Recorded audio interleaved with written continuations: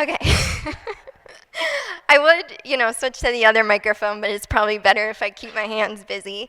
But thank you all also for sticking it out towards the end of the day. I know we've, been able to learn so much from each other, and we've talked at a high level about things and have gone into really specifics around frameworks and communication.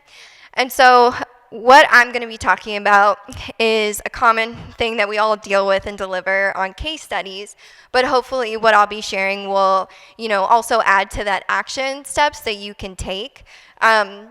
I'm going to be sharing how I specifically navigated that problem around, the team wanting more and more case studies that take potentially years to deliver on, and how you reset everybody's thinking and create a story program that's scalable and also activates customers from one part of the journey to another. So yeah, let's get started here. Okay, so I actually did start with a intro I wrote about myself clearly, but I think before we even get into, more specifics, I'm going to start with a story. I think that you all are going to be able to relate to it, specifically Taylor with that 19-month case study. But this story is about a company, mine, who was working with a major logo. We had a case study in motion with them. We were really close with their team. The case study had metrics of success. We worked with them to even measure that over time. It was like some of the best metrics of success we've ever seen. The case study was written. It was great. The chief innovation officer was bought in. There was yeses all around. But then when it came to actually getting that published and on the website, record screech, brakes pumped. The chief innovation officer that we were so close with was like, nah, I don't think we can do it. And it was really hard. It was a hard moment for our team because there was a lot of people involved with that process. We did everything we could to get those approvals and, make sure that that investment was worthwhile for both companies. But the reality was that their company had changed, direction, needed to invest time in other things, and it wasn't a co-marketing opportunity they could do anymore. So after hearing that no from our from the chief innovation officer we were working with, we realized we needed to pivot. We did, and we were able to, repurpose that content and then ask for other collaborations. Out of that experience, our first user group meetup was born. We created this more like closed door opportunity for that advocate to share their story and metrics in a way that that company was comfortable with. But we asked ourselves, how can we get ahead of this? How can we make sure this never, ever happens again? And the we is mostly me, because this was my first case study experience where I was like, what? No. Oops, I went backwards. So this is, not something that I'm alone on. I asked one of the customer marketing Slack communities, what are your biggest challenges with the case study processes? And it was pretty common along, hearing from everybody and even hearing from this room today what people struggle with. Because as customer marketers who work collaboratively with other teams, who know our customers, we can tend to identify good stories, but it could take several months to get them to cross the finish line. At that point, we are aging, we are in different, age brackets. We need to speed things up.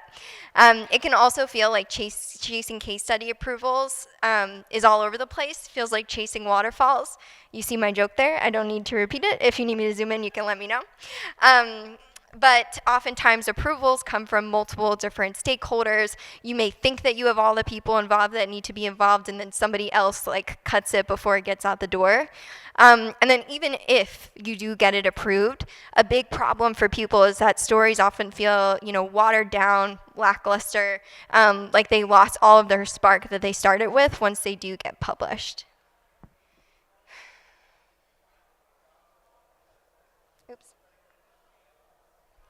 So at this point, we were stuck with those challenges, and we knew that we really needed to redefine what our North Star was. I was brought on the team solely to create case studies. That was my purpose internally. And if case studies were going to go at this rate where, they weren't always going to get published, or we were only able to do a few a year, we really needed to rethink, what did success look like? So I wanted to just give you some background about the company that I'm redefining the North Star for. I am the customer marketing and advocacy manager at Guru. So we're a company wiki that works within our workflow. So the information that you need to do your job is always at your fingertips. And it's important to give this background because I was in a situation, luckily, where my company and our company culture was bought in on sharing information and making information accessible. So that's something you'll see show up later. The thing about Guru is that our customer advocates they have pretty unique tendencies about them. They're people who really value efficiency. They, I say I have niche senses of humor, but maybe I'm projecting. But they really believe in championing for a better way of working. And usually they're like the sole voice on their team that's like, everybody, this is not working. This is not sustainable. We need to do better. And when I was going back to redefining our North Star, I was like, okay, these people who we're trying to serve, they understand this problem. They also value needing to have an efficient experience where they're getting the right information at the right time, and they value those stories, but we wanted to dig even deeper into how we could serve them and also what the internal team needed as part of that process. So this is how I broke down the design process. It was a big theme we heard from people today, which I really appreciated hearing that other customer marketers value this too. But anything you create, anything you build, it's always good for that to be rooted in empathy. So while listening to my team tell me, case studies, go chase them, you can go make video case studies around the world, case studies, case studies, case studies, I said, okay, I suspect that this isn't working. Let's go back to the drawing board and figure out what we really need here. And on this side, you can see, what that approach looked like broken down. But to get more specific, these were some of my discovery questions that I was asking. Now that the brakes were pumped, the record was paused, we really need to ask ourselves, what makes a great Guru customer story? What kind of assets really support our team? Is the case study the North Star that we're always working towards? Or are there other things that our team could use that really serve their interests and make them feel equipped at a certain time and make their customers that they're talking to or their prospects really light up with that understanding of our company's product's value? Are we creating a process where no story is left behind?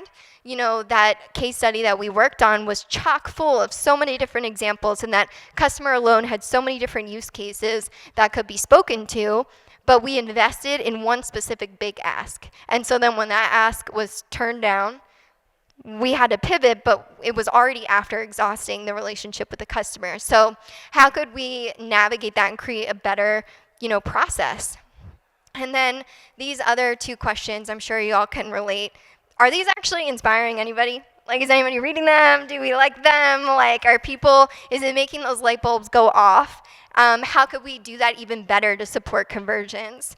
And then lastly, how can we get more of these quality stories once we define them? How can we distribute them at the right time? How can we make this efficient? And how can I sleep at night, So after really getting clear on those gaps and those discovery questions we needed to answer, these were some of the ways that I went about finding the answers. And I think it was Dan earlier in one of his talks that said, if you don't have the answers, you can find them. You can go and ask the people what they think. So these were some ways we specifically went about asking, those questions, getting answers. I did a round of interviews with the revenue team, our customer advocates. We held internal and external surveys. And then we also looked at our customer data and where people were experiencing friction going from one point of the journey to another.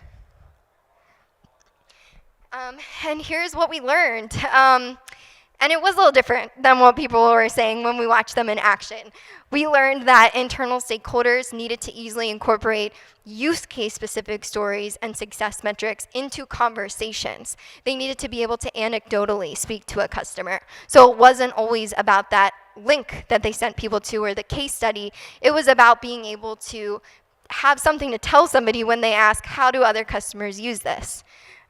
We found out that prospects and customers, they needed the right kind of inspiration and the right kind of story at the right time. Otherwise, it wasn't valuable. If you sent them a general case study link and they were looking for specifics around ways to set up content in the product, it wasn't relevant to them, and it was actually like a rub that turned them away. We also learned that the people who are best positioned to give customers that right inspiration at the right time and know what that is are our marketing and customer-facing teams. The people who work at Guru, who own different pieces of the customer journey, know exactly what people need to hear at what time, but they know what people need to hear at their time. And so we need to figure out how to best equip them so that they felt confident serving the customers in that way. And then the last thing, I'll make my way back to the top here, but after interviewing advocates and surveying them, one of the things that we found is that the advocates, what motivates them the most, and also I think comes from like this lone wolf kind of motivation of not having that community or internal support, they were most interested in supporting their peers. So if we could collect their stories in a way that showed them the impact that they were having to help other people in the same boat, they were so willing to share with us. The approval process was not an issue. They would share in way more detail, and they would be willing to work with us on multiple assets over time. So we went to the drawing board and we started to get creative on how we're going to use our internal communication channels, our own product, to deliver this new reality that we were crafting. We wanted to figure out, if we were to create story assets different from case studies, what would they look like? And then how can we test that? How can we close the gaps that we knew existed? And then also, how could we get attention from the team and buy-in from a broad team who historically was disappointed in the amount of case studies they had. They were disappointed in, always feeling like unconfident or like they weren't equipped in customer conversations to be able to give that customer what they needed. And they were also people who just loved PDFs. They were just like, give me one. And I'm like, no. So this is how we ended up filling that gap. The reason why I called this out specifically too is that there's two things that really helped us close the gap on those things. Go-to-market team support, working with customer-facing teams, those different stakeholders that own the different pieces of the customer journey to close the gaps and really document what's been working for them. Because while they may not have been sharing case study links, they have certainly been using customer stories, likely the same 3 customer stories over time. So going back to each of those people, getting their buy-in and document what's already been working was a big win. And then we launched a big social proof survey after a big cross-functional design process. It was, we invested in it, we used it Tech Validate.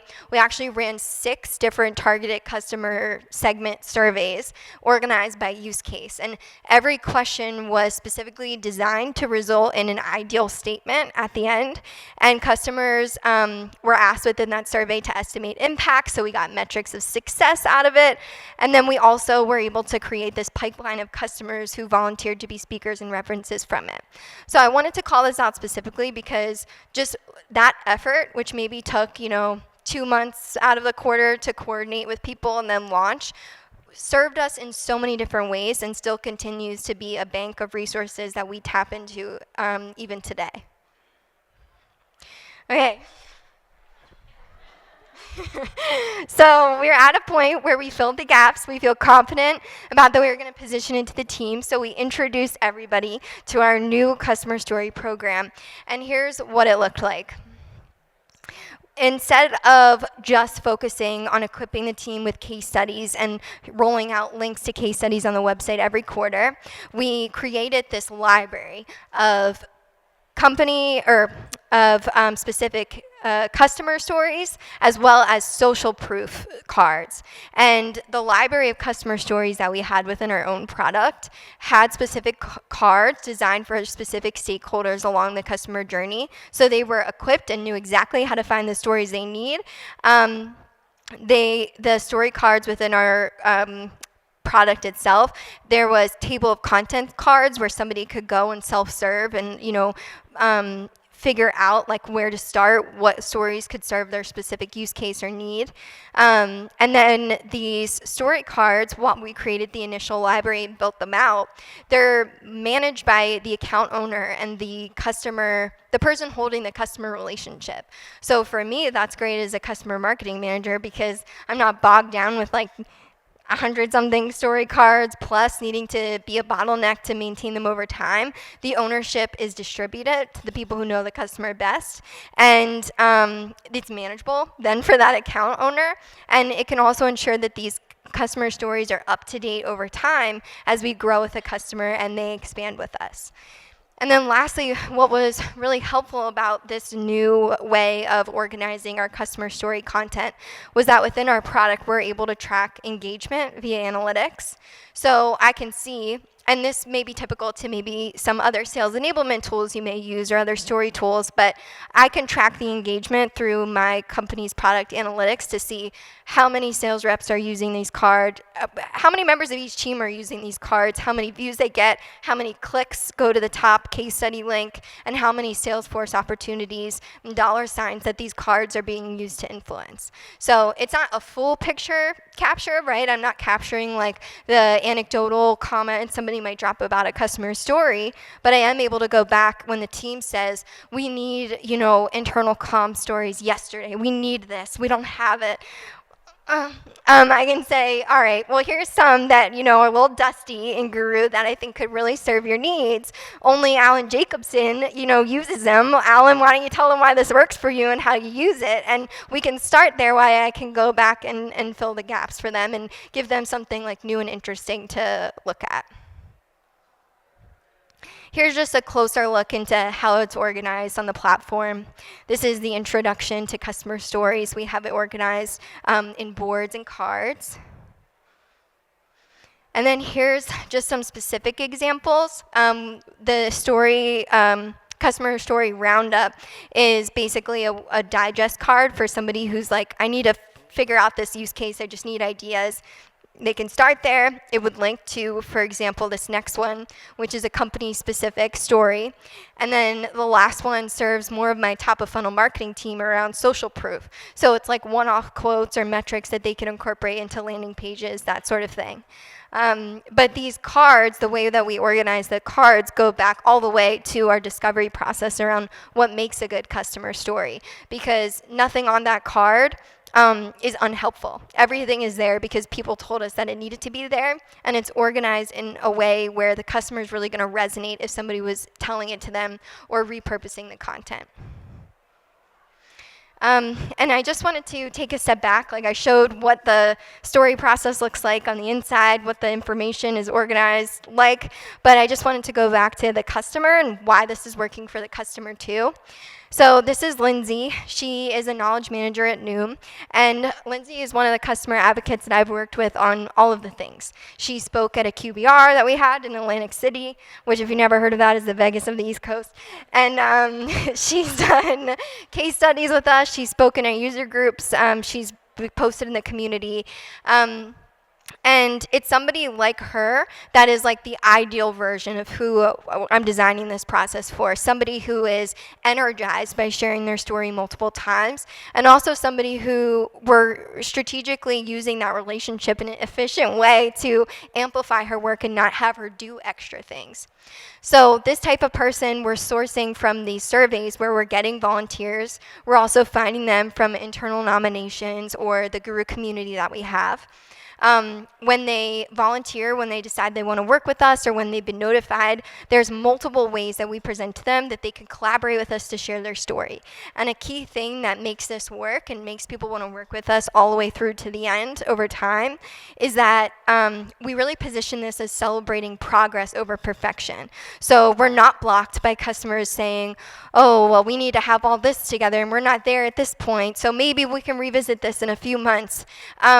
It's about like leaning into that habit and building that behavior first of you always have something to say. Let's practice saying it, and like let's start building that motion to get that peer-to-peer support and like see how helpful it is for you to share your story. So there's even this like funnel that we bring them through to prove the value to them of opening up along the way before we get to the case study point. we specifically had success collaborating with these types of customers on the most in-depth version of their story first in a peer-to-peer format. So we invested in a user group program within our community, and that function, we have a pipeline of speakers, that we bring on. Similar to Keith, we have themes that we tackle, but that format is like the meatiest version of their story. And so if we're able to coach them through and capture their meatiest version of their story, we know how to work backwards from that and put the rest of the story in all the right places.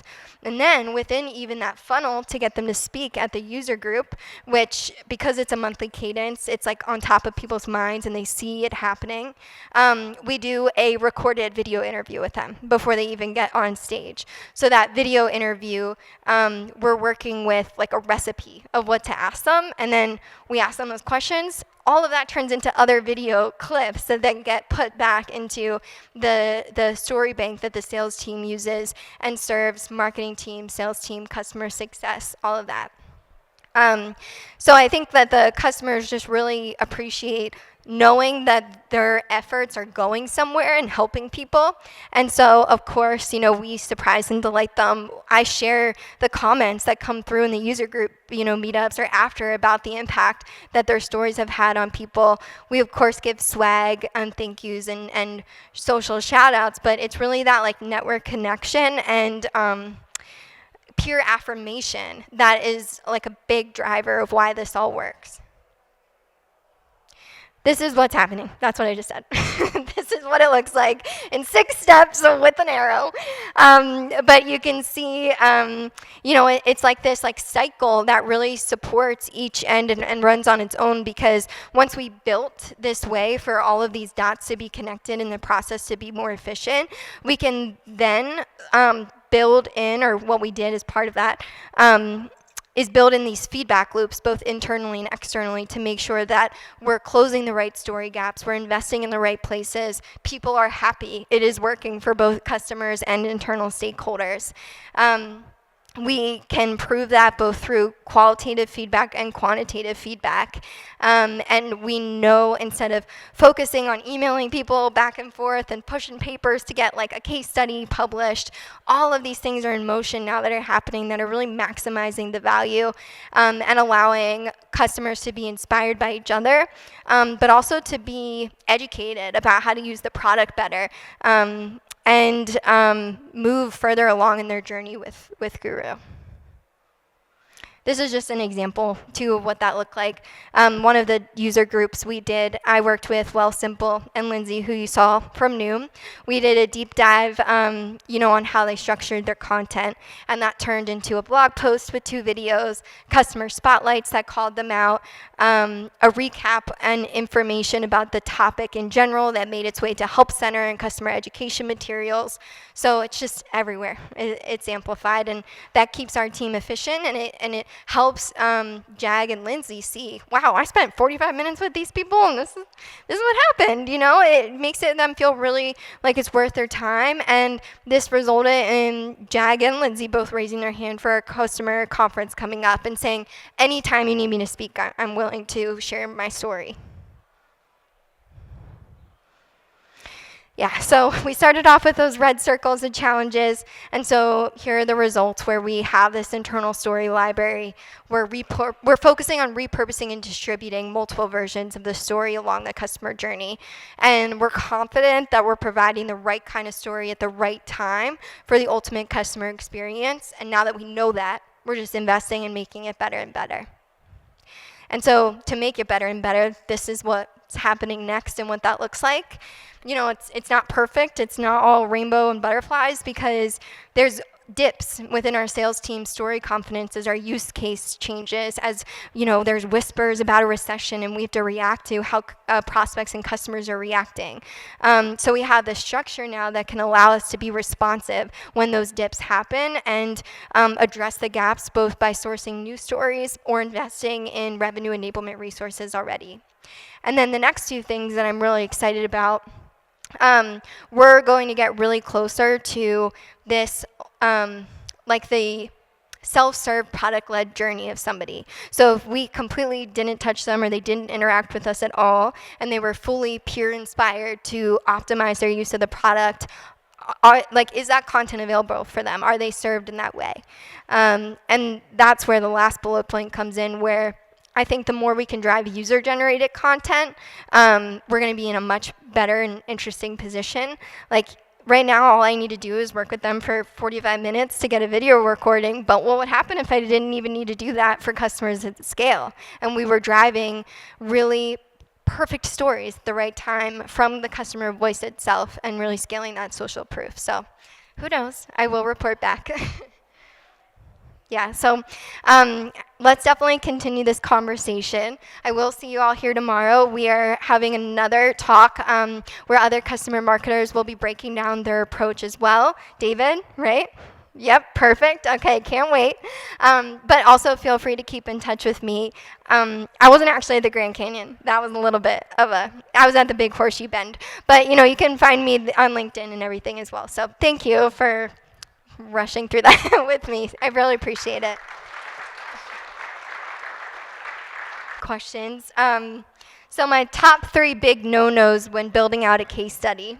I'm sure that a lot of you can relate because I heard some of those no's come up earlier today. I think, Tiffany, you said, there's no case study if there's not metrics of success. If we're not working with something that has like all of the criteria of what we need, there's no point in chasing that story.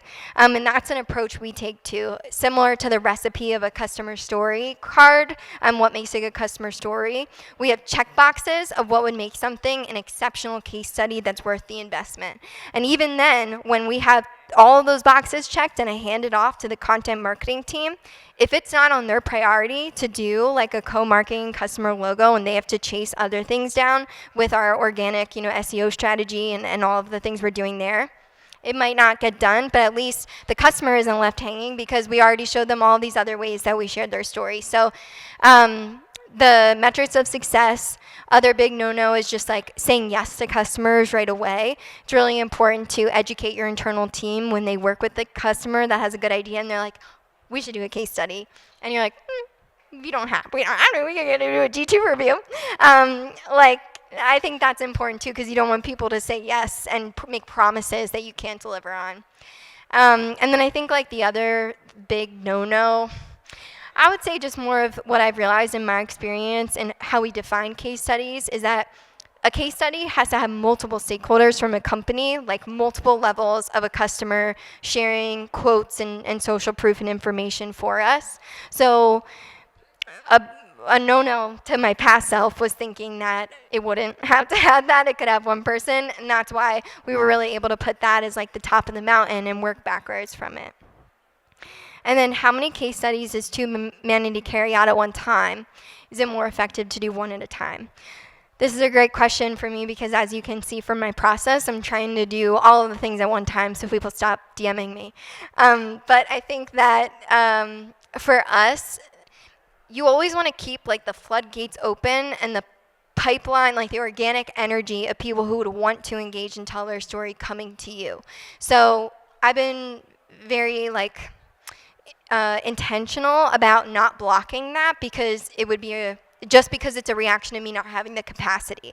If somebody wants to share their story, there should be multiple ways that they can always do that and that we can always point them in one direction when they have that energy.